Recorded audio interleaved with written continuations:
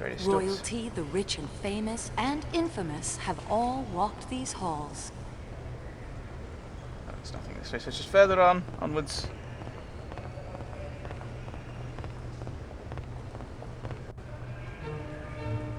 Ah, Monsieur Poirot.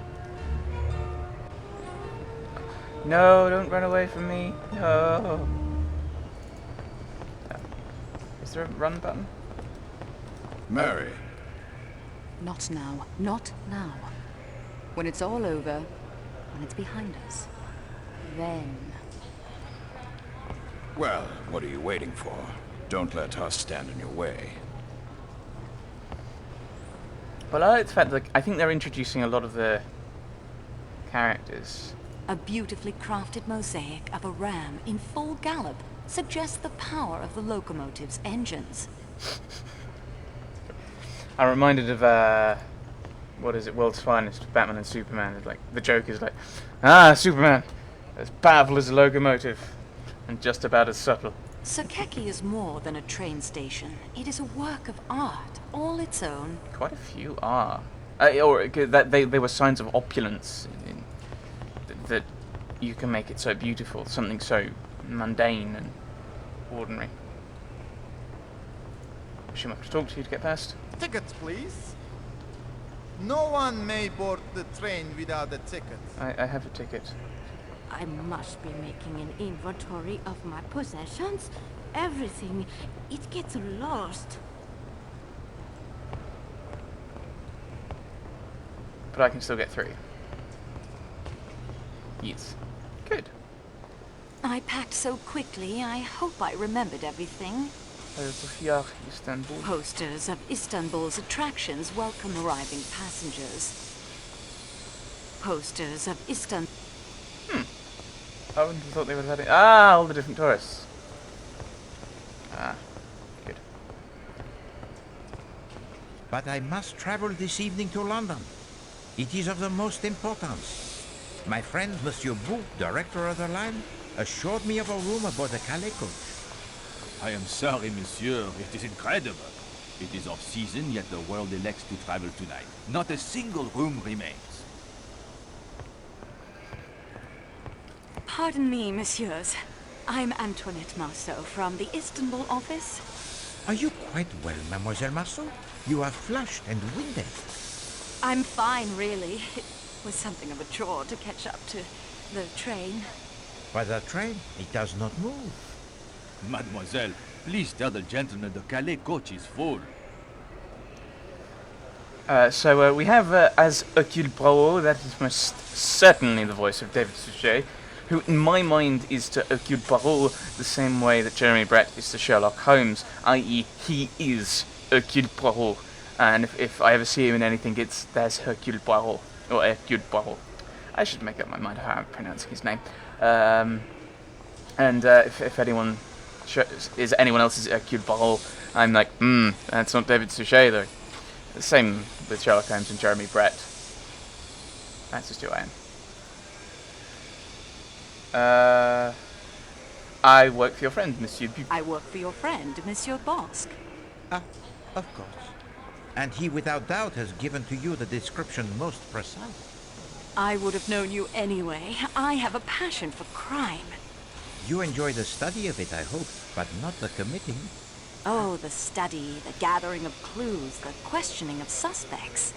Merely what the Americans call the footwork. Legwork, I believe, monsieur. As you say, I prefer the detection that occurs here. The little racing. My scrapbook contains many accounts of your cases. That mysterious affair at Styles, the death of Roger Ackroyd, the noted businessman, Lord Edgware's murder. But forgive me, I'm rambling. Yes, so, I wonder if he's hinting at something. Ooh, do you like the committing of it? That'd be an interesting twist of the player character to do it all along. I'm not sure how you'd fit that into a game, though. There'd have to be... Obviously, you'd have to miss out a number of scenes. But it's also, like, explaining away the actions you're taking. Right. What is your name? Pierre Michel, mademoiselle. I've seen your name on reports. Your record with the company is excellent. Thank you, Mademoiselle Marceau. I always try to do my very best for my passengers. Then strive now, Michel. Perhaps Monsieur could sit up in the salon car for the beginning of this journey? Please give Monsieur Poirot room 16. I think is the one from the book. Please give Monsieur Poirot room 16. It is taken, mademoiselle. But number 16 is always kept in reserve for such emergencies. Nevertheless, tonight it is occupied by an American gentleman, a Monsieur Hardman. He does not sound like someone to be trifled with. But we must find a room for Monsieur Poirot. We must find a room for Monsieur Poirot. Monsieur Poirot. Mademoiselle, if I could construct an additional compartment, I would. Let me see your passenger manifest, please. I have an extra plan of the Calais coach with all the passengers listed. Take it by all means. Wow, how convenient. As you can see, every room is filled. There are extra beds. Only two. In Mr. McQueen's room, but he has paid for a single. In Miss Olsen's room, but I hardly think Monsieur Poirot. No, merci. I would not think of it. Of course. That will be all, Pierre. So this is where we start using documents, is it? Ooh. Dr. Crepin, yes. Wife murderer hanged at Pentonville. Styles case, yeah, the Styles case in his end, which I think is the first Poirot. A Belgian refugee aided police, yes. Monsieur Hercule Poirot, formerly of the Belgian police. William Desmond Taylor, laid to rest. Actress Mabel Normand collapsed at the graveside. Police promised an arrest soon. The shooting death of Hollywood director. The Ackroyd business. Sleuth Hercule Poirot's latest triumph. These marrows prove Monsieur Poirot is also a talent garden. I think I've got this book. I've not read it, but I have got it. Blue Train. Heiress murdered aboard a blue train. Furnace really stolen. Celebrated detective was also a blue train passenger. Killer should have thought twice with Monsieur Hercule Poirot on board. Charlotte Nixon Nerdlinger acquitted in Nice. Beauty sways bachelor dominated jury. King Alexander. King Alexander of Croatia assassinated in Marseille. Assassin dies. The French policeman's sword. Alright. The entire treasure is timetable. Okay. Maps. Train route. Yes, it is the... Oh, no! This is the Venice Simplon route. The original route was the one we took in Last Express, which goes Paris, and it goes more easterly. Whereas this one goes to, obviously, as you can see, Milan, Venice. I think this is the Simplon route over here. So it goes through Switzerland, Milan to Venice, Trieste, all the way to Istanbul. I think in the Raven it stops Venice. Horror the Orient Express, which is called Cthulhu Adventure, I think follows this route. Oh, I think does it go to Vienna? Again, that's another one I'm interested in. Train plan. But where is this list of passengers?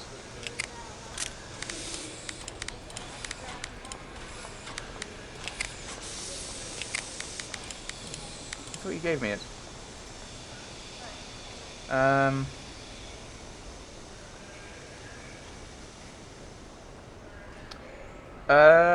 I assume that's the logical thing. Give Monsieur Poirot my room. I'll be quite comfortable in the saloon car. Give Monsieur Poirot my room. I will be quite comfortable in the salon car. Salon. Mademoiselle, Poirot, he will not hear of such a thing. I insist. I will not compromise the hospitality of the train. Oh, if I must turn you out, why then you will stay in the room of Miss Olsen. I am sure she will not mind when she learns of your sacrifice. No, really, it isn't necessary. No. Poirot has spoken. The matter is settled. I will speak to the lady at once. Part 1. The facts.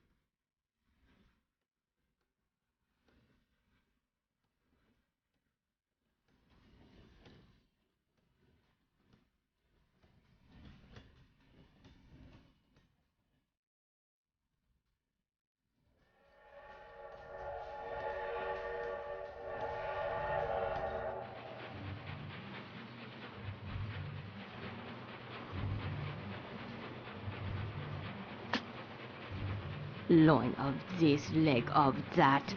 I am not eating the flesh of the animals. In America, if it has fur, we either eat it or wear it. As my daughter always says, there's a lot America could teach people in other countries, if they'd only wake up and listen. She says one day you'll be able to go into a restaurant in Istanbul and order a hamburger. What do you think of that? Why would you want to do such a thing? Why? Everybody wants a taste of home. I expect the Turks would agree with you. Exactly. That's what my daughter says. It's only a matter of time and Turks will love hamburgers. You will be sufficiently amiable to place in my compartment a bottle of mineral water before I retire this evening. Certainly, Your Excellency. For dinner, I shall have chicken cooked without sauces. Also, some boiled fish. I am very sorry, Your Excellency. There is no chicken or fish on the menu. Oh, is he chef for this journey? The German? Oui, Your Highness. The cooking of Monsieur Klaus is admired all over Europe. It is a good that the train has secured his services. No doubt. Very well, I will have lamb. Again, without sauces. You've got to put it over big, whatever you're selling. Sure, that is what I say all the time. With motor cars, it is no half measures. This steak is excellent. The pork is also very nice. Say, we haven't been introduced. That is very true. We haven't. You are not eating. I haven't much appetite this evening. How could I be so lucky to have found you? You found me? Only after I'd chased you across 3 continents. The statues in the baggage car? Yes, I saw them loading the crate myself. They were very careful. Huh, they better be. If it's damaged, I might enjoy owning a railroad. Who knows? You travel often by train in your profession, mademoiselle? Yes, I do. You are a person most fortunate. I'd rather fly. Oh, mais non. Not for me are the aeroplanes, with their sudden changes of altitude and the capricious tossing about of the passengers by the weather très mauvais. No. In business, speed is often more important than comfort. No, it is more than the comfort. The trains, they lend themselves to the romance and the intrigue. All about us are people of all classes, of all nationalities, of all ages. They sleep and eat under one roof. They cannot get away from one another. And at the end of the 3 days, they part. They go their several ways, never perhaps to see each other again. For a few moments only, the skilled detective has the chance to study his fellow travelers, to watch their little stories unfold beneath the microscope of the trained eye. Tell me what you see. You as well, mademoiselle. We will make the little game of it, n'est-ce pas? Poirot knows where it's at. Admittedly, you wouldn't be able to get a train from the UK to America, for example, but, you know. One must look. One must listen at all times. If you were to listen at the door of any compartment, who knows what you may learn? That would not be very proper, Monsieur Poirot. Yeah, Robert Calf. Proper? The student of crime must also be the student of human nature. I think that was his name. Oh, what better way to make the study, huh? I will illustrate. Mademoiselle Marceau, you are facing the entire car, whereas Poirot, he sits with his back to most and is only observed upon entering. Start with the table farthest away, the 3 ladies. Tell me about them. Okay. One is a Swedish missionary from a school near Gemlik on the Bosphorus. One is a Swedish missionary from a school near Gemlik on the Bosporus. She is also very uncomfortable in unfamiliar surroundings and gets lost easily. That is truly wonderful. How did you arrive at this? I helped her find the train inside the train station. Well, it is an important lesson, that. When you know the facts, why bother with the clues? Well, the older woman with the loud voice is American. The older woman with the loud voice is American. Even with the length of the car between us, one can tell that. Well, it is true what you say.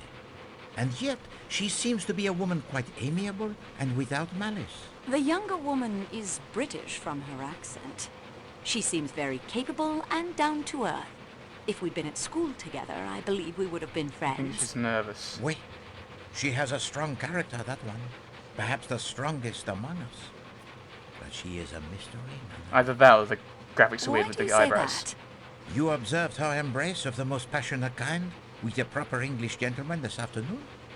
Yes, I did. Very un-English of both of them. We never hug. As you say. Causes And yet physical now pain. she sits at another table, indifferent to him and his glances. Lovers quarrel?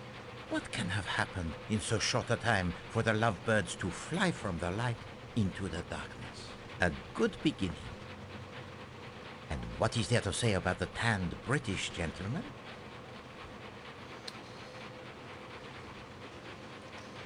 Well, he spent much time in the tropics if he's tanned. I mean, this is the thing, you need to show me these things, otherwise I'm just saying random things. He has spent much time in the tropics. Oui, some far-flung corner of the British Empire. India, perhaps. Yeah, it makes sense for it to be India, although maybe from... Oh, no, this is the 30s. Earlier on, he probably would have gone by boat, but train to Istanbul and then onwards. Well, I'd say he's military, primarily from the mustache, I must confess. Military, I would say, from the way he carries himself. Very good. He's not as proper as he looks. For he is so in love, it breaks down all the inhibitions. They are married, but not to one another. What did she say to him? Huh? Not now. Not now. When it is behind us, then. They are waiting for the divorce to be final. Perhaps. Tan, military, or posting in Egypt, perhaps, or India. And now the grand lady who sits alone. I'd say royalty, a princess, Russian probably. Oh, no. You will not play the same trick on Poirot twice. Alors, she too you have met? I did a small service for her earlier today. She has the very grim exterior, that one, but there is something about her, huh? A twinkle in the eye, perhaps? No. I think she is not quite so much the dragon as she appears. Alors, and across from her sits... Hildegard Schmidt. Yes, I met her too. Quite unpleasant for a lady's maid. They're usually such mild creatures. Vraiment. She also has sent her plate back to the chef twice for adjustments. Very particular about the cuisine. It would be nice if the menu was more varied. We march. This large table nearest the kitchen now, with the three gentlemen. What can you see? The Italian seems to sell motor cars. The Italian sells motor cars. He said so himself. He's very enthusiastic about cars in general. Oui, a salesman to his very soul, I would say. The Englishman's very quiet. The American appears to be a commercial traveller of some sort. The American appears to be a commercial traveller of some sort. Oui, he carried the sample case when he boarded the train. Yet, I wonder. The case, it was quite small. Yet he seems very fit, does he not? The suit of such questionable taste, he can barely contain the muscles. Can't a commercial traveller be athletic? C'est possible. The Englishman is very quiet. He certainly does not share the enthusiasm for conversation of his companions. A superior sort, with a disapproving expression. That suggests nothing to you? I'm afraid not. A gentleman's gentleman, as the British would say. A valet. Yes, I can see him pressing trousers and shining shoes. And now, as discreetly as possible, observe the young couple directly behind me. The man's very handsome. Probably aristocratic. The man is very handsome. Aristocratic. He dresses as an Englishman, but his accent is Hungarian, I think. Oui, a diplomat, I believe. Fiercely in love. Fiercely? The man who makes the unwanted advances to his young wife would suffer for it. Her dress is exquisite, very expensive. And the jewels. Ah, she's lovely. The kind of woman a man would marry and lavish gifts upon. It is very romantic, is it not? And yet I detect the melancholy in your voice, That was mademoiselle. by the way. I'm I'm reading sorry. ahead. I expect it's jealousy. I grew up in Jucar, a small town near Avignon. My parents wanted me to stay in Jucar and marry well, but I rebelled. Ah. Have you never rebelled, Monsieur Poirot?